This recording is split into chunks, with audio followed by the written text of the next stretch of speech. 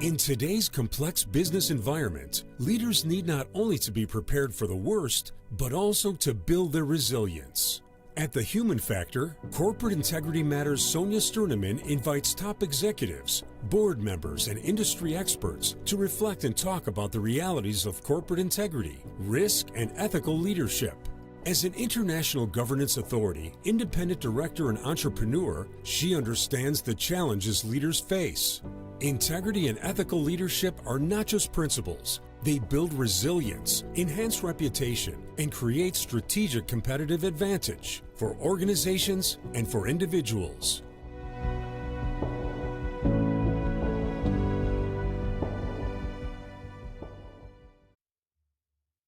Welcome to The Human Factor Corporate Integrity Matters. I'm your host, Sonja Stirnimann, and your sparring partner when it comes to integrity, which sometimes might be under pressure and leadership get moved into the gray zone. This episode is about something we might all feel but rarely name. It happens in boardrooms, strategy offsites, political conversations, and leadership forums. Just to name a few. It is what happens between the lines, or before the minutes are written, before the official vote, before the headlines. I like to call it the shadow governance. Let me begin with the invisible layer of leadership influence. Every organization has two layers of governance: the formal governance, charters, roles, voting rights, reporting structures, and also the informal governance, influence, alliances, hesitation, and who people listen to before they act. The shadow governance lives in that second layer. It is not illegal, it is not unethical, but it can become deeply dangerous or risky when left unchecked.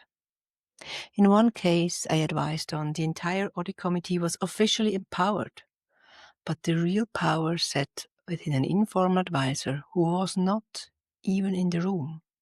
He influenced the chair over informal coffee meetings, and the chair must have shaped every conversation and his opinion from that lens. The result? The important critical questions were never raised, because the pre-conversations had already decided the tone. You might ask now, why does this exist, or why can such kind of shadow governance persist even though we all already know about it? It's not new, because governance is human, and humans carry biases, loyalty, history, and hierarchy. And here are 4 common drivers of shadow governance I would like to mention here. First of all, the social capital. Senior executives defer to respected peers regardless of title. The unspoken fear. Challenging dominant voices feels unsafe for most of us.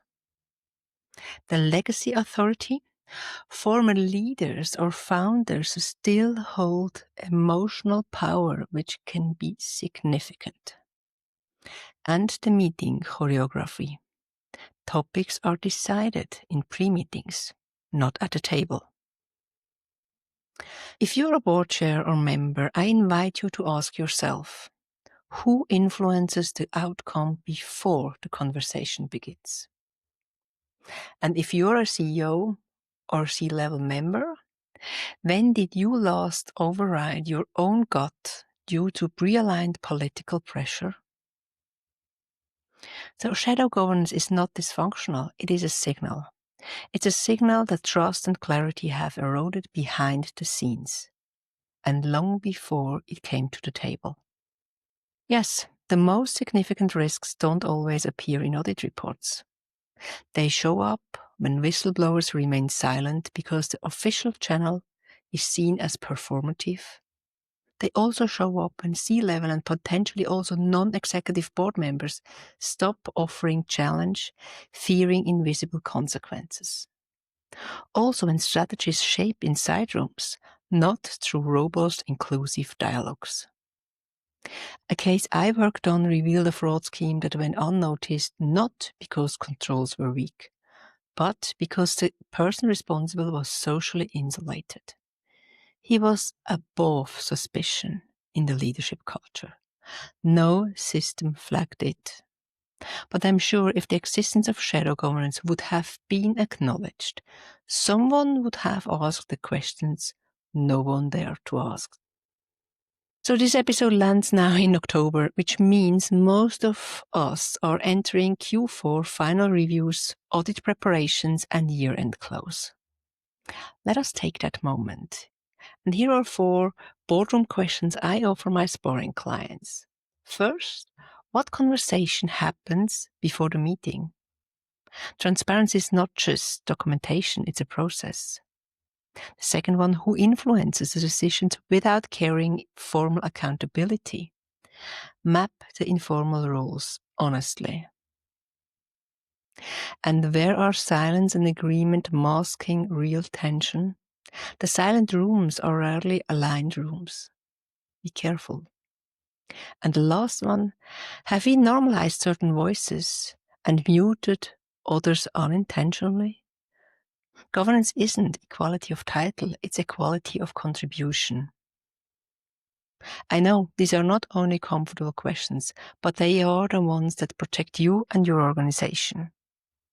So in the next 60 to 90 days, your organization will make decisions that affect 2026 and beyond. You already started with that. Then the formal vote matters, but what are the invisible conditions shaping that vote? Those are where integrity lives or dies. If you have felt that something is off in your boardroom or team, trust that instinct. Don't ignore it. Don't wait for a control failure to validate it. And if you would like to confidentially explore how shadow governance could also be shaping your risk exposure, I'm here, discreet, direct, without any agenda. Until then, stay sharp, stay curious, and stay human. Thank you.